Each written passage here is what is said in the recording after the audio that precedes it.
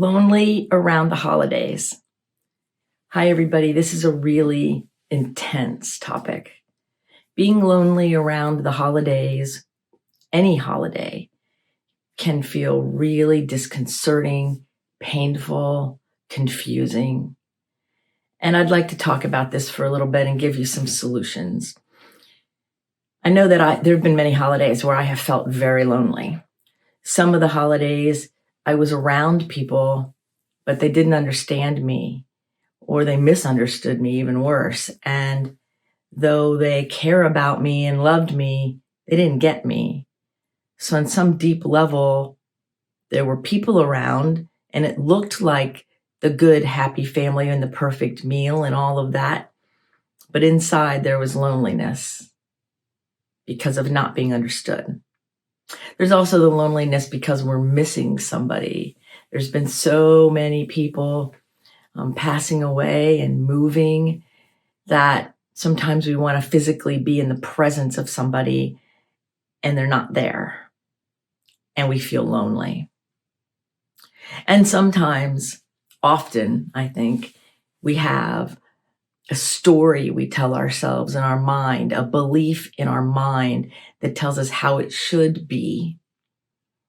And we compare everything to that, whether it's real or realistic, or whether it matters or not.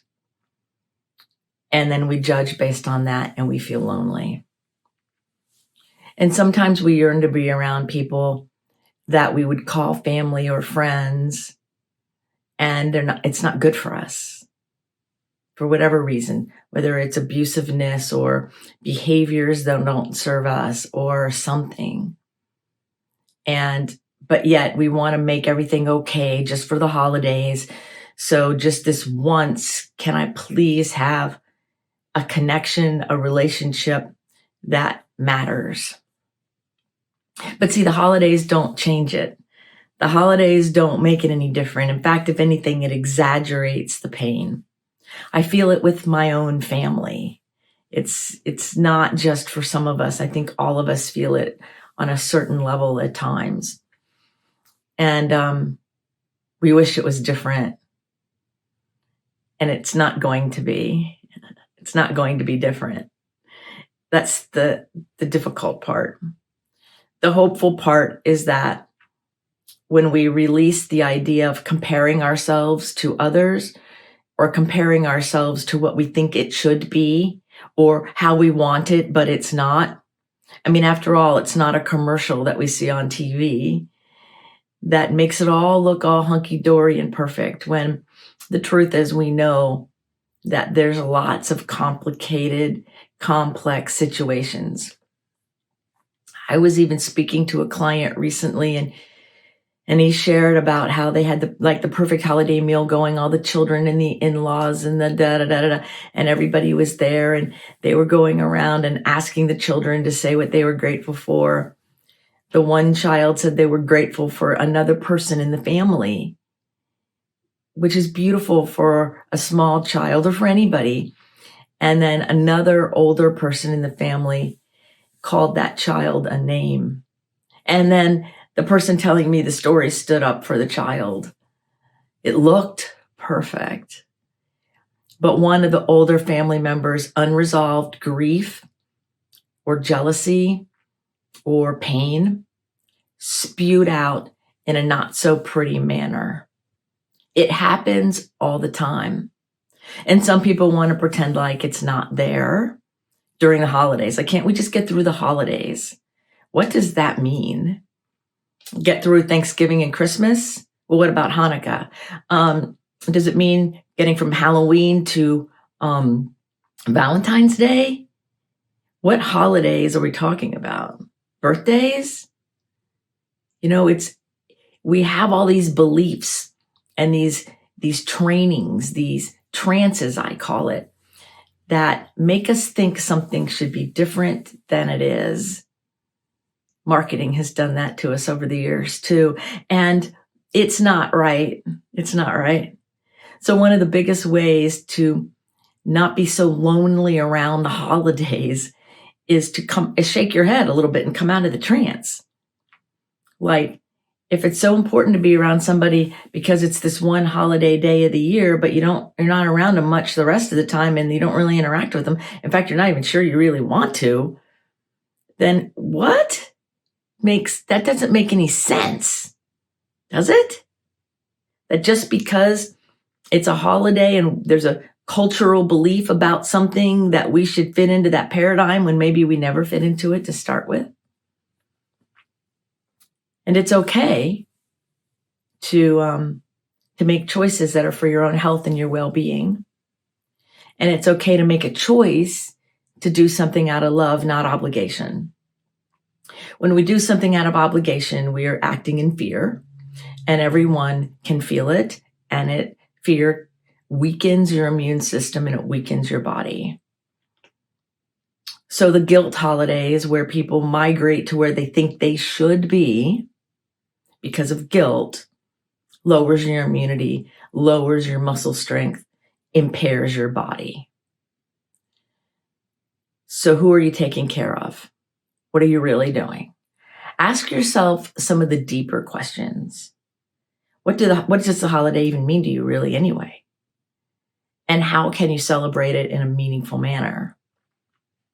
So for me, one of the things I've done is I have created a personal holiday tradition that is personal to me, that I can do if I'm with other people or not. And therefore, that holiday has meaning to me that's with me, my spirit, my life, and it has a deep meaning. It has a reverence about it. I have one for every holiday, the big popular ones, but also the smaller ones, because almost every day is a holiday to me. But look, for my birthday falls on a holiday every few years. And there have been many times my birthday was on that holiday. That is the most important holiday to me in the year. And my own family would cancel the plans the night before, where I had no opportunity to change my plans or celebrate in a meaningful way. I had to create something quickly, and some of the times it yielded great heartache and great pain. And it's happened in different ways more than once. So I learned the hard way to create my own traditions. I teach a lot of the people that I work with recovering from substance abuse or mental health challenges or stress or grief and intergenerational trauma from family things to create your own personal holiday, whether you have a great family or not, really. If you're lonely or not, really. Have your own holiday, have your own tradition. So I have my own traditions that are meaningful to me. And if someone else is included in it or part of it, or I'm invited somewhere, or I invite somebody somewhere, then great. But the tradition is what grounds me. I do it for every holiday. I don't celebrate New Year's Day the way many people do. I call New Year's Eve an amateur holiday. Most people don't remember because they're too drunk. And that's not my life. And New Year's Day, a lot of people spend doing whatever. I have a special spiritual ceremony I do in a reverence for life and newness and goodness. And I do that. I do something special on Valentine's Day for self-love and for love of other people. But it starts with me. I can't love you any more than I love me. So I do these things as my own sacred, protected, beautiful way of celebrating. And then from there, whatever is going on in the world, I choose to do or not do. Another thing I do is I create protected and dedicated time to consistently throughout the year connect with my own inner wisdom. That when I protect and dedicate time, that means I can't be interrupted during it, to really foster the connection I have within, my own inner wisdom, my soul's calling, my heart's desire, what really, really matters. I do it throughout the year so that as I come into any season of holiday, I am connected more to me than anywhere else, to my higher purpose for being on earth. And then everything else can happen as it may. Sometimes it hurts. Sometimes I miss somebody. I've lost a few people this year that I will deeply miss during these times. That's true. So I can honor the feeling. I can honor my feeling of loss. I can honor my feeling of pain, and simultaneously, I can be connected to my inner wisdom and my vision and my purpose. They're not mutually exclusive. So I create that time throughout the year so that when any meaningful holiday thing that comes in happens, I'm fortified internally for whatever's going on externally. The third thing I do is I create laughter. Even if I do laughter yoga, which is fun, or a funny movie that's just fun.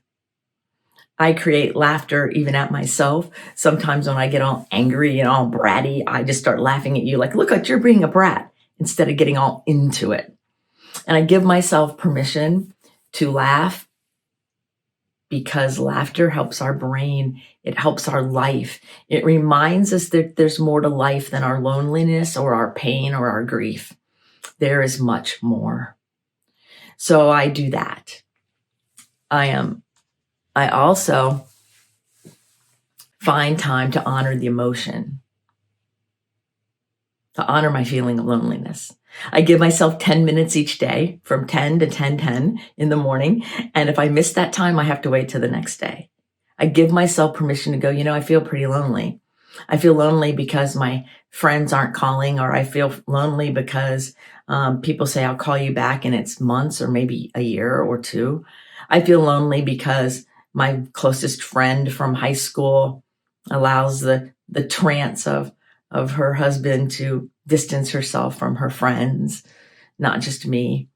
I feel lonely for that. I feel lonely because my biological family, they don't talk to me very often, if at all. I feel lonely because of all of the stuff I've invested in and given to. My heart and my soul and my spirit has seemingly not yielded much in that arena, though I know it's rich other places. So it's easy to feel lonely. So I give myself permission to feel lonely. I feel lonely because sometimes I go through a hard time, physical pain, and I look around and I wish there was more help. That brings loneliness. So I give myself permission to feel it, and I do not let myself stay in it. So I give myself 10 minutes a day to feel lonely or grieving or upset. And then unless it's something I'm processing, it can wait till tomorrow. And then I can allow the rest of the range of my emotions to happen. My anger, my joy, my harmony, my love, my laughter, generosity, zeal. I love zeal. Enthusiasm, right? Power, spiritual connection. There's such a range of amazing experiences. Loneliness is one. So it's important we don't give it the power as if it's everything, because it's not everything. It's one thing. And an emotion or a feeling is the energy source that tells you you are alive. And you, my friend, are the one responsible for how you define it. You might be defining loneliness, or even an energy expression you're calling lonely, and it may not even be loneliness. You define it. And that's what matters. Your definition. And you get to decide how it's going to play out. You're the one in charge here. So when you're focusing on everyone else, you turn your power over. You give them your vital resources and say, here, play with my heart. Here, do this. Here, do that, because I'm not important enough to stand in my own space. We don't want to do that anymore. We're in a culture that's trained us to give away all our power. Let's stop that. Take it back. So the fourth thing I do is I look for the good. I look for meaningful ways for me to do my life, for me to have the experience that matters, I do look for the good, capital G good. That means spiritual good. Like what is happening that is useful and good and happy? What is happening that can serve me? And where is the good within the loneliness? Where is the light within the darkness? Where is the nugget of joy within this? Where is it? Where is the opportunity for goodness, for joy, for love, for harmony within my own loneliness? Because it's there. I have to be willing to look for it, and I have to be willing to be honest about it. Because as long as I hold on desperately, gripping, white knuckle gripping something that's not meant for me, I will create more and more disconnection and more loneliness. It's time we wake up from the trance. And then the fifth thing I do is, after connecting within to my inner wisdom, I reach out and connect with other people, even people I don't yet know really. I volunteer and offer my time in places. I do Facebook Lives to connect with people, though it's one way. I attend Zoom meetings and things, and it's two-way to connect and serve. Because when I'm in a place of service, or I'm in a place of attentiveness, or I am in a group, then it's easy to help that loneliness part of us to calm down and not be so active. So to review, your feelings are totally appropriate and you have a right to them. But you also have the responsibility to not allow them to run your show. Your feelings are the energy source that tell you you are alive. You can be alone and not lonely. And you can be in a crowded room and be terribly lonely, because loneliness starts due to an inner disconnection. That means a disconnection from our heart, our soul, our purpose. So it's not someone else's fault.